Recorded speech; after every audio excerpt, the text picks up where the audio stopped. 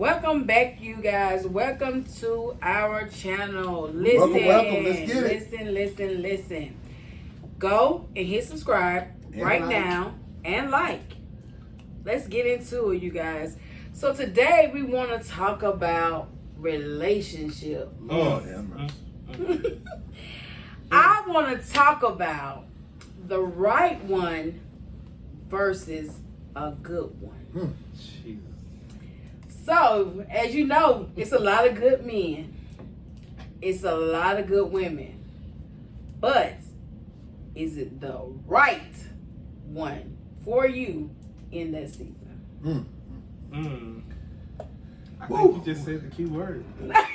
See, It's the season. It's the season. Right. Because everybody's in your life sometimes just for a season. Absolutely. And we try to keep them For a lifetime. for a lifetime. Mm-hmm. And I think that's the good one. The good one is the seasonal one. Mm-hmm. Okay. But the right one has the ability to transition and transform with you. Well, I agree, disagree. Okay. I agree and disagree. Because, yeah, the good one could be for a season and usually is. You know, because, like, it's tons of good women out there. Mm-hmm. Hesitating a little bit over there. Yeah. You know, it's tons of good women. I just leave it at that. It's tons of good women out there. And, you know, I can say they will probably be the right one or the perfect one for a lot of different men. But they weren't the right one for me at that time. Because not saying that they didn't have the physical qualities that I was looking for, not saying that they weren't yoked equally, you know, when it came to mindset and all that. But one thing I can say is, you know, and I can't speak for all men, you know, but I can speak for myself.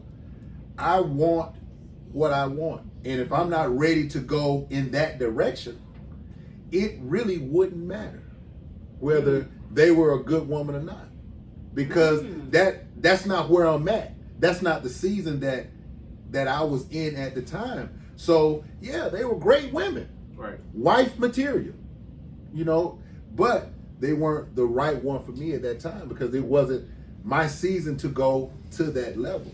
And that's not a cop-out. That's not something that I'm just, that doesn't make me weak. I think it make you wise. You know, it's wisdom. Right. You know, because you know what's best for you at what time. You know, and not saying that we know everything because I'm flawed. You know what I'm saying? I mean, I'm a flawed creation. And through my experiences, I grow. Mm-hmm. You know, like I came up in a household where, you know, people, you know, they'll say I love you, baby, you know, whatever. But, you know, a lot of times that love wasn't shown in I didn't grow up in a 2-parent household. So a lot of things when it comes to certain levels of relationships, you know, I had to get that information off of television. You know, I had to get it in those, you know what I'm saying, arenas. I didn't see it every day growing up. So, you know, for me, when it comes to certain levels of relationships, I'm flawed. You know, so the right one will have to be able to get me past that.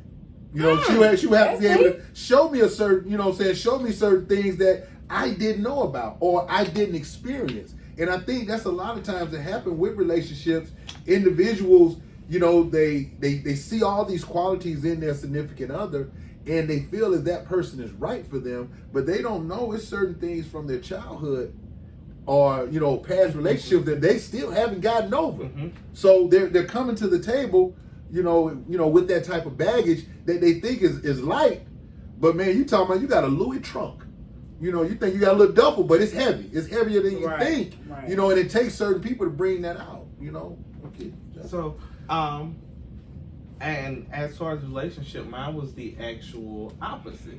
So I did grow up in a 2-parent household. My parents were married for 35 years. Ooh, right? Okay. So the dynamics of how I view relationships was based on what I had in the household. Yeah. And so now as an adult, I mimic or desire what was in front of me.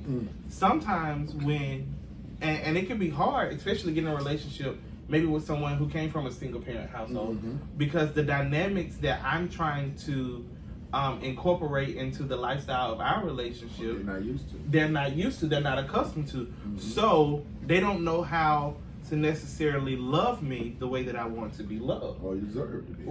Exactly, or how I feel like, exactly. So with that, I think our source of where we're learning relationships, it matters a lot. It does. Because like learning it from TV, that's not always reality. It's not reality. Exactly. Most of the time. Because it's scripted. Exactly. It's scripted. But it's as supposed a to be child, perfect. we don't know that. Yeah. Right? So now we're putting unrealistic expectations on regular people that they can't even live up to. Or that relationship goals.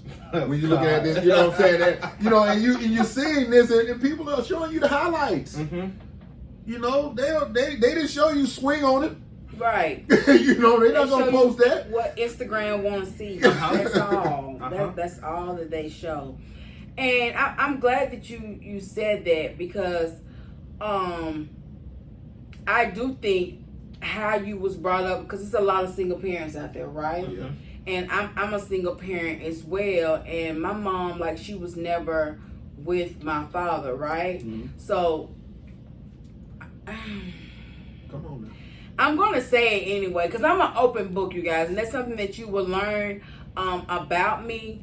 But like my mom, rest her soul, my mom is deceased, but my mom had 5 children by 5 different men, right?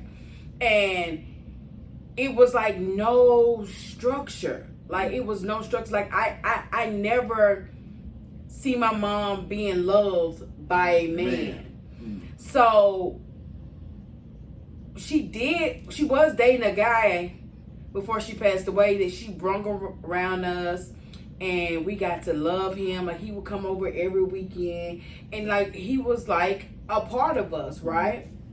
But a lot of people use what they've been through as an excuse to why they are the way they are, right? So I remember this, and I just will never forget it. And it's crazy because I just told T.O. this the other day, that the day before we buried my mom, he came to me and said, Marquita, he said, I love y'all.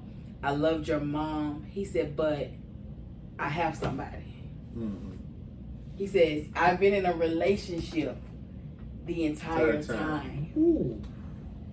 The entire time. And it broke it kind of like broke my spirit and my hope for love, for real love. Because you've been coming around us, and you got a whole woman at home. You put on a whole mask. Man, listen. So it's a lot of pretenders out here. You really just don't know what you're getting yourself into. But I did not let that situation stop me from loving people. I didn't let that stop me. But yeah, that's rough. Yeah, it can be. That is. I hold a lot of stuff in that I've been through in my life, and it's just time to release it all. It is. But I think as an adult, the first example of how I should be loved comes from me. Absolutely. That's it. And Absolutely. when you genuinely love yourself, it's just some stuff you're not willing to accept from nobody. Yeah. Right? And I think once you actually start interacting and moving in that self-love, you get closer to finding the right one. And I'm glad you said that, because that plays a heavy part with, I mean, I'm a big fan of universal law. You know, and when you said that, it just, you know, it sparked something in me, because, you know, what you put out is what you bring in. Absolutely. What comes out your mouth, your actions, your attitude, all that plays a part of what you receive. You know what I'm saying, in this world. And you know, I coach a lot of people. I speak with a lot of people, men and women. You know, mainly women. I don't know what's going on with these guys out here. Guys, get you some coaches. Let that pride go. Yeah, let that pride go, because we need help too. A therapist too. Yeah, therapists. Yeah, we need help too. But in listening to a lot of these women and dealing with a lot of their, I just say, issues that transcend into other parts of their life, is the fact that, and don't beat me up, but a lot of women that I've spoken with feel as if, or they have felt as if they needed that counterpart to become or get to their next level. Now nowadays I see a lot of, it's more independence going on, and I congratulate that, I commend it. But sometimes when you don't have that push on your own, and you feel as if you need that significant other, a lot of times, and not saying that women don't need men. I'm not saying that. But sometimes if you lean into that need so heavily, it distracts you and takes you away from that inner power that's in yourself. Right. And it's a fine line, or it's a thin line. So when you start to learn how to love yourself, I'm sorry. It was right there. Okay. But once you start to love you, what I'm saying. I know several females, and we're friends or whatever, and they will go from one relationship or situationship to the next. No time off, hardly no time Because between. people are afraid to be by themselves. Afraid to be. And that's the point I was coming to. And I'm glad you said that, because my pastor preached about this today. Complete. One is a whole number. You're already complete. You're already complete. I don't like when people say, "Oh, my husband completes me." You're already complete. He adds to you, yeah.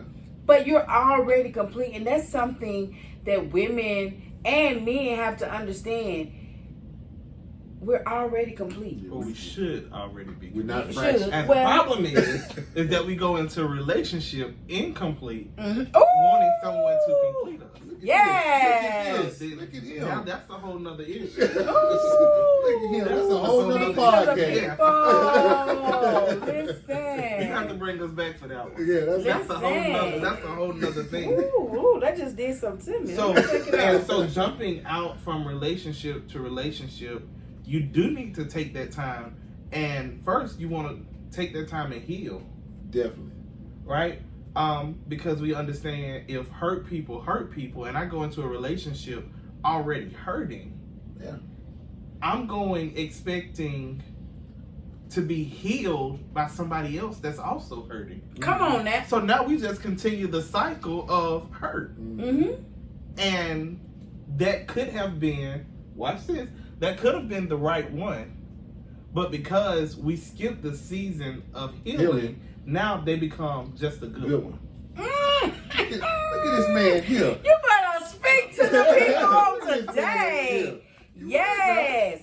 So you guys, this was what I want to get into, because this is for women and men. Why do you feel like it take us so long to let go of the wrong one? Oh. Well, one thing I can say is being comfortable. You get so comfortable, like a lot of people want to deal with the devil they know instead of the one that they don't know. Because I got a couple partners, like, they absolutely miserable. I've been in a situation where I haven't been happy, but I dealt with it because I was comfortable. It was functional. It was economically sound. Yeah, that's a, You know what I'm saying? So it was a few different things that play a part with why you won't leave. And it doesn't have to get to the point where that person was super abusive. You know what I'm saying? And I had to leave because of that. Sometimes that abuse is mental. You know what I'm saying? It'll play a large part and it'll take a toll on an individual, and it shouldn't have to get to the point to where you're absolutely tired or 100% fed up. It shouldn't have to get to that point. And not saying just turn your back and walk away when there's a little turbulence. Right. You know, because Right. you know, no one's perfect, no situation is perfect. Even your mom, you know, in your 35 years, I'm pretty sure it was some turbulent Oh, and some yeah. and some waters that came crashing to the top, you know what I'm saying, Yeah. to the shore. But you know, you make it, you go through that. But like a lot of people confuse that with a lot of stuff that's going on right now, because 35 years ago, times were 100% different. Mm-hmm. You know, it's a little like, you know, trying to find that individual in today's day and time with so much superficial things going on. You know, people are fake to themselves. So how you feel they're gonna be real with you? Come on now. You know, That's it. you know what I'm That's saying? it. So like people are unhappy with themselves. Mm-hmm. So how can they be happy with you? So that's where that season of healing comes in. Mm-hmm. You know, and that's one reason I feel like why people want, like I say, it takes a long time to let go. Why they won't let go. Because it's like I've gotten so comfortable with the devil that I know. You know, so and I don't and this has been one of my excuses, man, I don't want to go out here and go through this all again. Hey, that's me. To start over. That I don't is- wanna start that is over. me. That is me. I'm like, I gotta do this again, and then because I pray and I'm like, for me, it's I kept attracting the same type of men. Okay. You know, I've had some way older, my age, and younger, and they was all retarded. Okay, so I'm like, age has nothing to do with it. It doesn't. So you be like young Because- retarded fool or old retarded fool? Yeah, this is what I feel like, and this is for men and women. People pretend just to get you, Oh yeah. Yeah. Oh yeah. and now you already in, and you like, man. So I guess it's just my personality. I don't mind starting over. I'll push reset quick, right? Lisa Nichols from The Secret, she said you can push get to 999 and push reset again. So I never mind starting over, but I think we have to ask, what is it in us that is attracting that type of person? If we're going back to the universe, You know, back to the right? So what exactly are we projecting to get this type of person to surface every single time? Yeah. Or what's making me like or love this type of person? Yeah. I'm trying to tell you. You know, what is it? You know, But letting go is hard. It is, and a lot of times it deals with, you know, like I say, your comfort zone, but as well as the places or the circle that you put yourself around. Because a lot of times you're around individuals that are 9 out of 10 like-minded. Mhm. You know, and like I said, when you're dealing with universal laws and laws of attraction, if we're all together all the time, you know, we're projecting a lot of the same energies Right. a lot of times. So Right. a lot of people that are coming into your world are identical to the same people that are coming into my world. So, you know, say sometimes, you know, you have to step outside of your comfort zone. Mhm. You know, I mean, I'm by nature have been my whole life introverted. You know, doing podcasts and doing speaking engagements, you know, and that's only been for a short time, a few years, but it's actually kind of broke me out of that, you know what I'm saying, that paradigm that I was in, and it actually been very beneficial.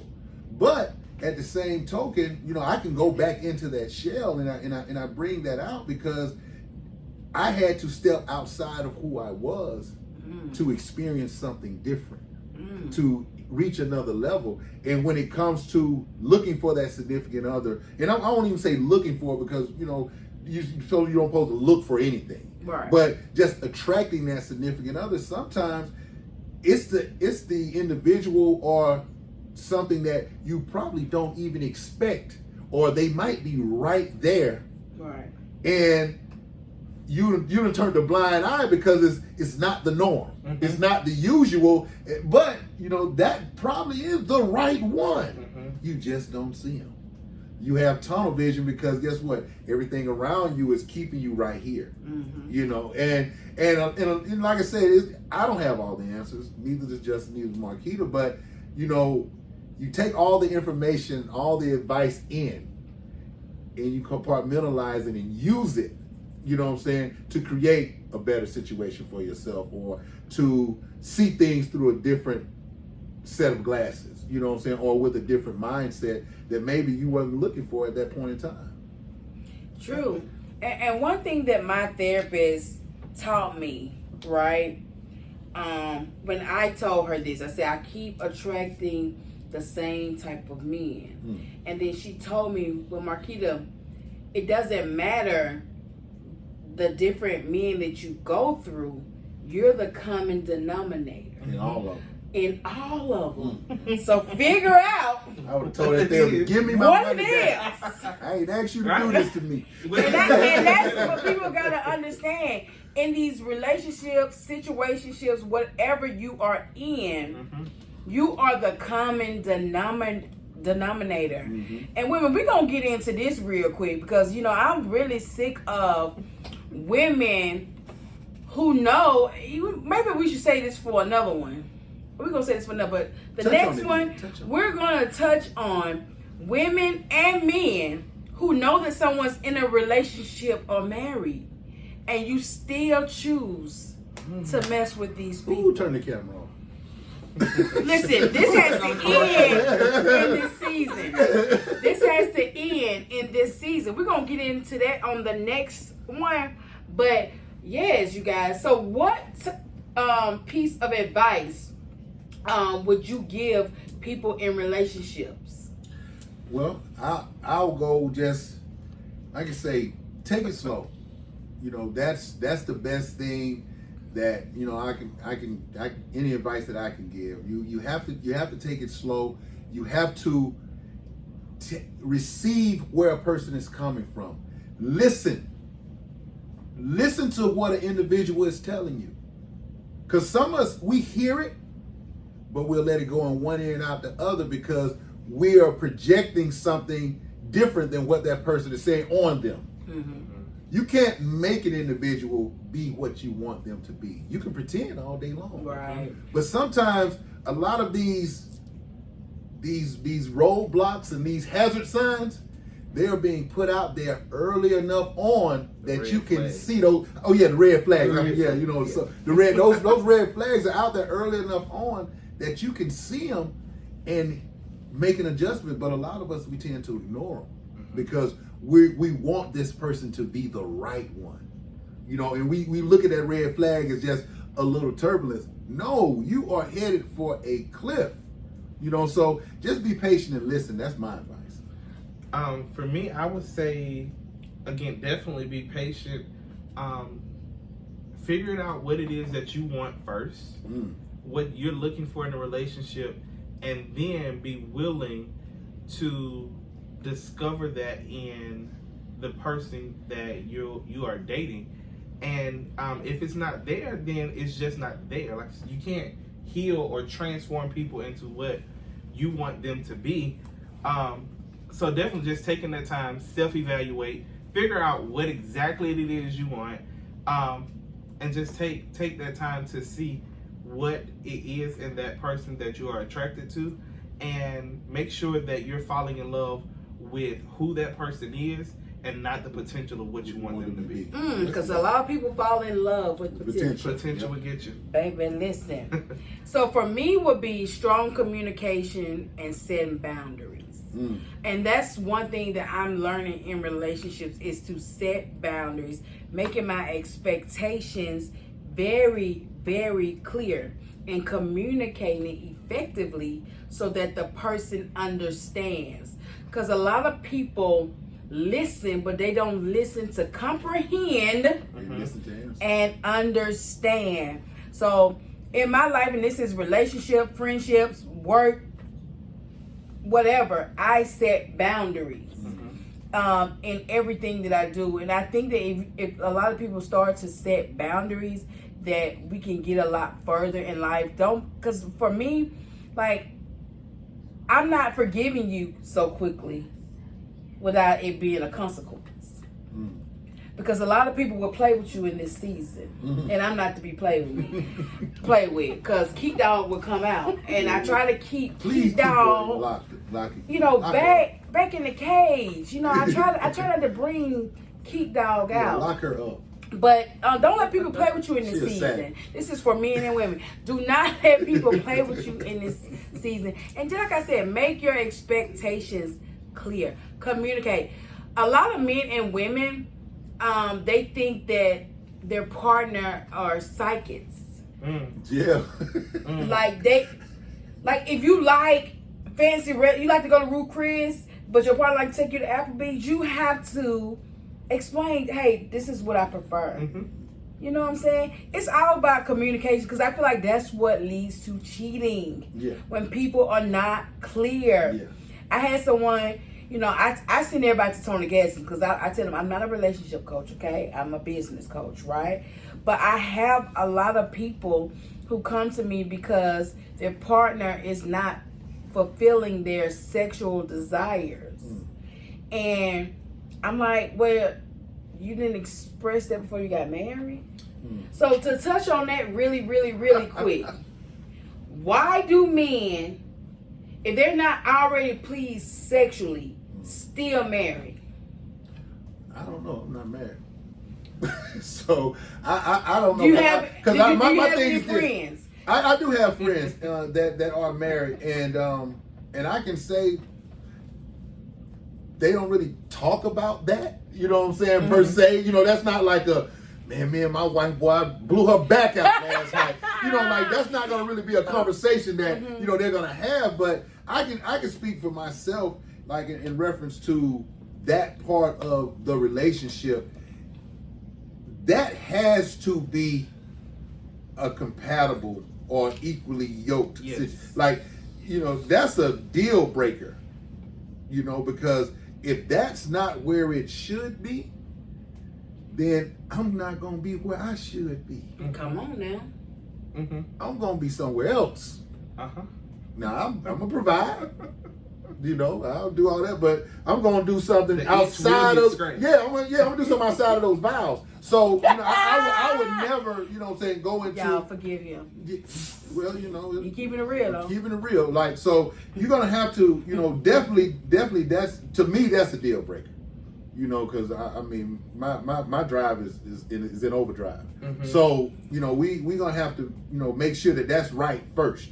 It might not be nothing else right, but if that's right, then we can work on some other things. You can put up with everything. you I can't say I can put up with everything. I say we can first. work on other things. And I won't prioritize that first, but that's in the top 3. Yeah. Okay. Yeah, I'm with you. You know, that's in the top 3. You know, trust is, you know, definitely trust is 1, but you know that's 2. I mean, be real. As adults, it's just some things that we need, right? So I mean, window shopping is a, you know, try before you buy type thing. But Killer.